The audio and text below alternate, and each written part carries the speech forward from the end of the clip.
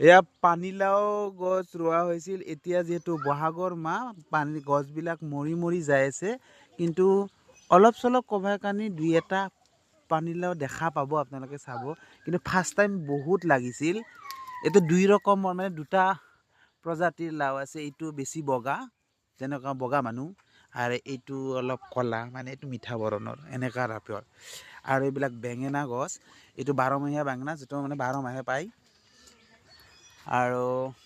দেখাই আছোঁ এইবিলাক এওঁলোকে শাক তুলি আছে মানে খুইৰা শাক ভৌতা শাক কিবা কিবি শাক গাজিছে আমাৰ এই লাও গছৰ তলত চ' শাক তুলি আছে শাক খাব লাগিব আজি এইবিলাক হ'ল 12 বেঙেনা আৰু এই যে কলা কলা এইটো কিবা বাংনা বুলি কয় নাজানো বেঙেনা আমি ঘৰুৱা ভাষাত বাংনা বুলিয়ে কওঁ আপোনালোকে বেঙেনা বুলিও ক'ব পাৰে এয়া চাওক লাগি আছে এইবিলাক কেইটামান ছিঙিব লাগিব এনেকুৱা ওলাব কিমান কেইটামান চ' এই সৰু সুৰা খেতি আৰু এইখন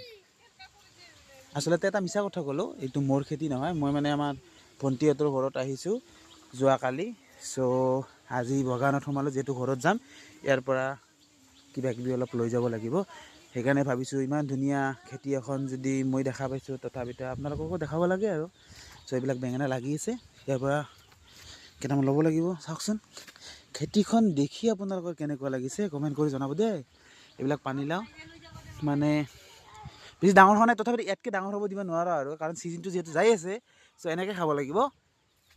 চ' গাইজ এয়াই খেতি আৰু কিবা কিবি আছিল চব